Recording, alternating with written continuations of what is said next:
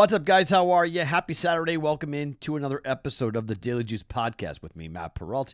You guys can follow me across all of my socials at Sports Talk Matt, and we are just ice cold. We're not losing tremendous amounts of money. We're just losing. We started up 3 units, and we have since lost all of that, and we have now gone down about 2 units for the week. Not what we wanted. The Rays got destroyed by the Baltimore Orioles. They gave up like 100 runs. Texas and Seattle, that game flew over. The Dodgers and the Royals, miracle. That was a miracle to stay 5-4. Like somehow we got that bet right. And then the Astros win. The Dodgers win. But as always, it's the third leg of the darn parlay. The Mets get blown out by the Pirates. If we had gotten the Mets to win that game like they were supposed to, we would have been good. Would have been a profitable day. Instead, we lose, and we're down, unfortunately. So, Rays the worst bet of the day. The parlay does not come in, and it's a 1-3 day, down 1.8 units on the day for Friday. So, winning Monday, losing Tuesday, Wednesday, Thursday, Friday. That's 4 straight days of losing. We got to turn things around, don't we? Well, even if we don't, this is one of those days where I'm going to the event.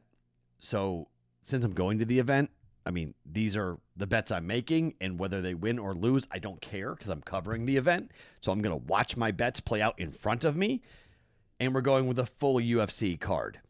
Just fighting. No baseball. Not betting baseball today. I can't lose baseball if I don't bet baseball. No baseball today. Only UFC 317, International Fight Week, T-Mobile Arena, pay-per-view. I will be in the building for the entire main card, most of the prelims. Cannot wait. So it should be a super fun night. I have bets on the last 3 bets of the main card and 2 title fights that will happen here tonight. I will break them each down for you here in just 1 second. But before I give you the bets for today, a reminder about the code we have available from Novig. What is Novig? It is a peer-to-peer sportsbook, meaning you're competing against other users, not the house. It is legal in most states. They call themselves a sports trading platform called Novig. You guys can get better lines sometimes. You can set your own lines, no commission or hidden fees, and it uses a coin deposit system. It is real money. You can use the code DAILYJUICE for 50% off your first coin purchase up to $25. Check it out now at bettingpros.com/juice. That's bettingpros.com/juice for Novig.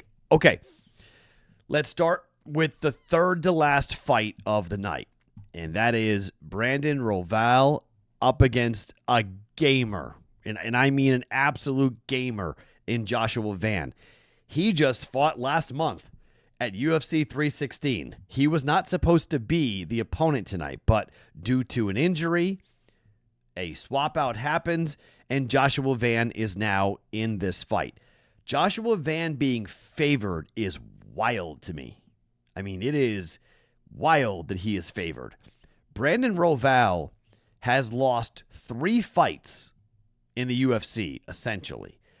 Both fights to Alexander Pantoja, the flyweight champion, and one to Brandon Moreno, in which he got hurt. Got knocked out in the first round, and he got hurt. This guy's really good. Brandon Royval is really, really good. He is 5'9", has a 68-inch reach. Joshua Van is 5'5". He has a 65-inch reach. So even in the flyweight division, this is a big deal to me. Now, it's at the 125-pound weight, for this fight.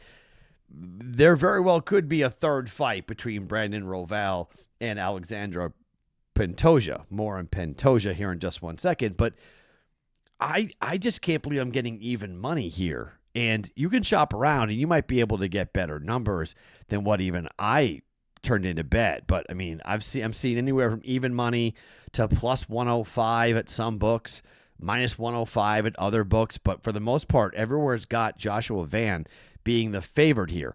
Joshua Van is a really good fighter, but he's 23 years of age, and he is stepping right in to the Lion's Den here in a big step up in competition. Like, he beat Bruno Silva last month, but Bruno Silva going from him to Brandon Royval, woo, hold on a second. Big jump up. Big jump up. I don't know, when the odds first came out, the numbers that first popped up here, it was a pick'em, or even some of the books had a pretty big number on Joshua Van. But that's because of the fans. Like, the fans really like this 23-year-old, and they think he's going to be a champion one day. But I can't do it. I can't back a guy. Yeah, activity is great, and being in camp, and he suffered no damage in his last fight, so he's revved up, and he's going to be a formidable opponent, and he's won 4 consecutive fights. But he hasn't really fought the who's who of the division yet. And so this is a pretty big step up. Royval has been in with the best in the division. I think Joshua Van's got a really good career ahead of him, and I think he'll be a really good fighter. I just don't think he wins this fight. This is a 3-round fight. It may go the distance. 12 minutes and 1 second average fight time for Royval.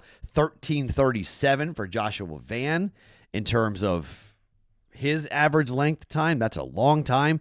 Strikes landed per minute, 8.2. That's wild for Joshua Van. That's a huge number. But strikes absorbed per minute for Brandon Royval, 3.06. He's hard to hit.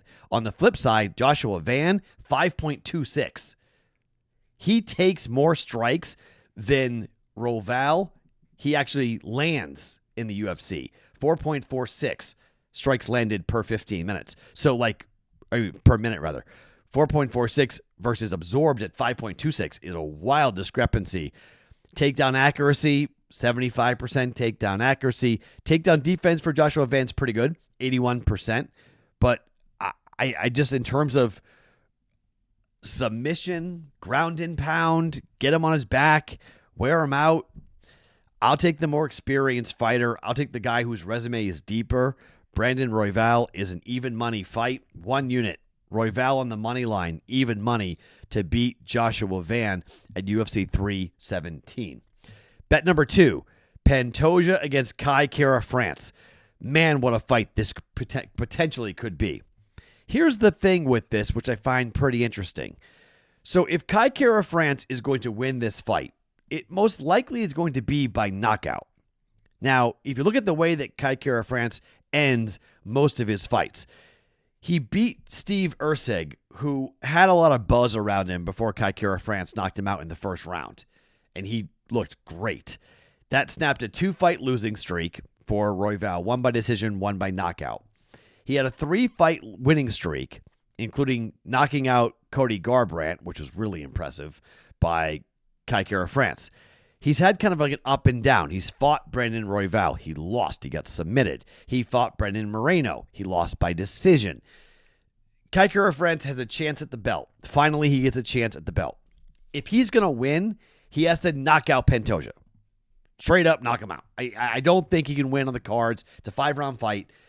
He has to use his quickness, his boxing, and he has to lay out Pantoja. The problem is for Pantoja, or problem is for any opponent facing Pantoja, I mean, he lost by decision back in 2020 was his last loss. He lost by decision against Devison Figueiredo way back in 2019. And he lost to a guy named Dustin Ortiz in 2018. Like, Pantoja has been running through the division. He has cleaned out the division, whether it be Royval twice, whether it be Erceg, whether it be Brandon Moreno. Like, he's just beaten everybody. Pantoja is a big favorite. Too expensive to lay it, if you ask me. But Pantoja by submission seems pretty likely. He won by submission in his last fight. He has snapped a 3-fight streak where he won by decision. But I think it's telling that inside the distance is only minus 135, and the fight to go the distance is plus 105. That at Circa Sports here in Las Vegas, which is the bet that I primarily bet my combat sports at here in town. I respect their numbers. I respect their lines, and that tells me something, that this is not heavily juiced to going the distance. To me, it feels like this fight, yes, would go the distance. It's plus 105. It's plus money. So I don't care who wins. If Kai Kara France wins, it's by knockout most likely. That prop bet at Circa Sports, Kai Kara France by knockout is plus 575. On the flip side, Pantoja by knockout is plus 650, and Pantoja by submission is plus 230. Most likely, it's Pantoja by submission or Kai Kara France by knockout. It could go to the cards. Absolutely, it could. And you can bet the over 2.5 rounds if you want. If you want to do that, that's minus 105. You want to bet over? Have it say, okay, it's going to go over 4.5 rounds, and you can play around with the last 2 minutes and 30 seconds of the 5th round. Very possible. But I think this fight ends inside the distance. I don't think we go to the cards. And again, you can bet under 4.5 rounds at minus 115 if you want, but I'll pay the 20 cents to get the full 5 rounds in case something wonky happens late, knockout late, submission late in the 5th round, somebody gets tired, somebody gets banged up, and we get a late submission. I don't want to be caught, holding a ticket for under 4.5 rounds and the fight finishes inside the distance and yet it goes over. So I don't want to play around with that. I'll pay the 20 cents extra to get the full 5 rounds. I think this thing ends inside the distance. I think Pantoja wins by submission or Kai Kara France wins by knockout. Not really sure which one is more likely to happen, but I do think Pantoja winning is probably pretty likely here. But this has been the shot that Kai Kara France has been waiting for. And let's see if his power can translate to go ahead and knock out Pantoja. I mean, again, this guy has never been knocked out in his UFC career. His only losses have come by decision. So, I mean, he's been the best of the best. Maybe his time's up. Maybe this is Kai Kara France's moment. But if it's going to be, it's not going to be by decision. It's going to be by knockout. And Pantoja on the other side, because Kai Kara France, I think, will go after the knockout. I think Kai Kara France is going to be wide open to being submitted. And he has been knocked out. He has lost on the cards, and he's been submitted by the guy, Brandon Royval, who lost twice to Pantoja. So, inside the distance, minus 135 for 1.35 units. And finally, we go to the main event, Topuria against Ilia Topuria against Charles Oliveira. I have no idea who wins this fight. Topuria is amazing. He's a monster favorite. I mean, he's just a massive favorite. Minus 380 at Circa Sports. Should he be that big of a favorite? Well, yeah, most likely he should. Tail of the tape is my problem. So let's just lay it out. Topuria is 5'7". He is moving up to the 155 lightweight weight. This is where Charles Oliveira lives. This is his division. Kai Kara France in these featherweights, these flyweights, these guys that have fought here for a while at 135 and 125. Okay, these are guys. Topuria is going from 45 to 55. He's not going to cut much weight. So the question is going to be, how quick will he be? How fast will he be? How fast will the hands be at 155? But he's 5'7". Charles Oliveira is 5'10". Oliveira has a 74-inch reach. Topuria has a 69-inch reach. This is a 5-inch reach advantage and a 3-inch height advantage. So you tell me, if you understand the principles of boxing, why in the world would Charles Oliveira run at Topuria? Why would he do that? So that's the theory and the thought that Oliveira is going to walk forward and Topuria is going to catch him and knock him out in the first round. That's been his projection all along. I'm going to knock Oliveira out in the first round. My problem with this, I think the public is falling for something here. Now, I know that Oliveira knocked out Dariush, who's on this card, in the first round. He KO'd him. But Oliveira beat Chandler by decision, and that's what got him into this fight. Sarukian, he lost a 3-round fight. Split decision. He lost to Makhachev by submission in the second round. He beat Gaethje, he beat Poirier, he beat Chandler, he beat Ferguson, he beat Kevin Lee. I mean, he's beaten everyone in this stacked division. He's got someone's scalp on the mantelpiece. Dude Bronx is ridiculous, okay? Absolutely ridiculous. Average fight time is 7:38. for Oliveira. On the flip side, Topuria's average fight time is 10:14. But if you're Charles Oliveira, why are you rushing Topuria? Well, why are you rushing a guy who knocked out Max Holloway, who knocked out Alexander Volkanovski, who knocked out, or I guess decision by Josh Emmett, who submitted Bryce Mitchell? Why would you go forward and put yourself at risk immediately? Wouldn't you stay at distance and try to feel your way through and see what you can do at distance? You have a long reach advantage. You can kick, you can prod, you can score points without having to engage Topuria early and allow him just to throw reckless abandon. The guy who needs to close the distance is not Charles Oliveira. So why would he charge forward? I know he's claiming he's going to walk forward, but I think it's Looney Tunes to do that. I don't think he's actually going to do that. This fight actually might be kind of boring, to be honest with you. I think it might actually not be a great fight because I don't think Oliveira is going to want to engage. What's the point? Max Holloway wanted to sit there and box Topuria. He wanted to teach him a lesson. He was like, okay, let's go ahead. Let's go and throw. You, me, main event. Let's go. Let's throw hands and see what's going to happen. Knockout in the third round. Knocked him out. Only guy in the world to ever knock out Max Holloway. But my problem, that was the featherweight title belt. This is not for the featherweight title belt. This is for the lightweight belt. So I just have a hard time thinking that Oliveira is going to somehow run in and get clipped. I think Topuria does win the fight, but the 1.5 rounds, that's 7.5 minutes. I need Charles Oliveira to survive for 7.5 minutes. How likely is that? I think it's pretty likely. I'm really surprised at the numbers. Again, Chandler was 5 rounds. Sarukian was 3 rounds. He knocked out Darush in the first. He lost to Makhachev in the second round. That went 3-16 into there. He knocked out Gaethje in the submitted Gaethje in the first round back in 2022. He choked out Poirier in the third round back in 2021. He knocked out Chandler. He, fought him twice, knocked him out in the second round. I just have a hard time seeing Oliveira going, yeah, let's go ahead and get into a firefight with Topuria right away. Topuria is going to be carrying weight differently. He's fighting at a higher weight class. What's the pace going to be? Oliveira's not going to get tired. Why would you let him off the hook? I don't understand the number. I think 1.5 is way too light. I think this fight goes like 3 or 4 rounds. I'd be really surprised. 1.5 rounds is reserved for a heavyweight bout. Like, we're giving a lot of respect to Topuria. Like a lot of respect for his punching power. Strikes landed per minute, 4.69. That's not insane. Oliveira, only 3.21 strikes absorbed per minute. Tough guy to hit.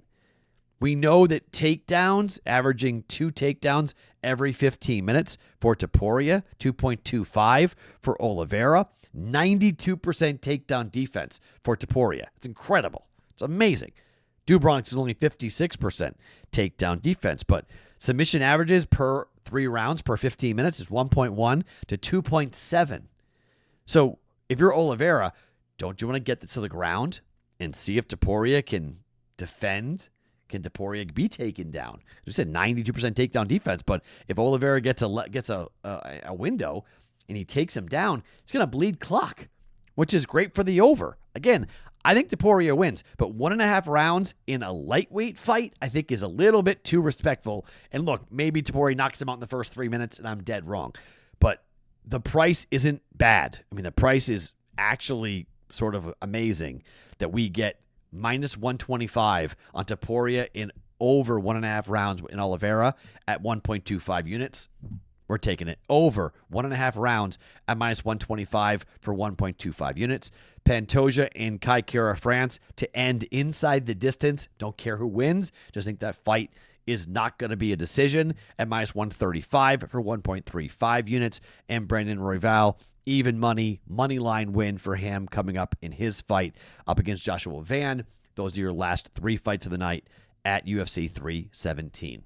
I'll be there. Let's hopefully cash some tickets. Let's have some fun. No parlaying, no wonky stuff. Just trying to cash 3 bets for us here tonight and get back on the winning track after 4 straight winning days. My name is Matt Perrault. Find me, follow me across all my socials at Sports Talk Matt every morning, wherever you guys get your podcasts. It is the Daily Juice.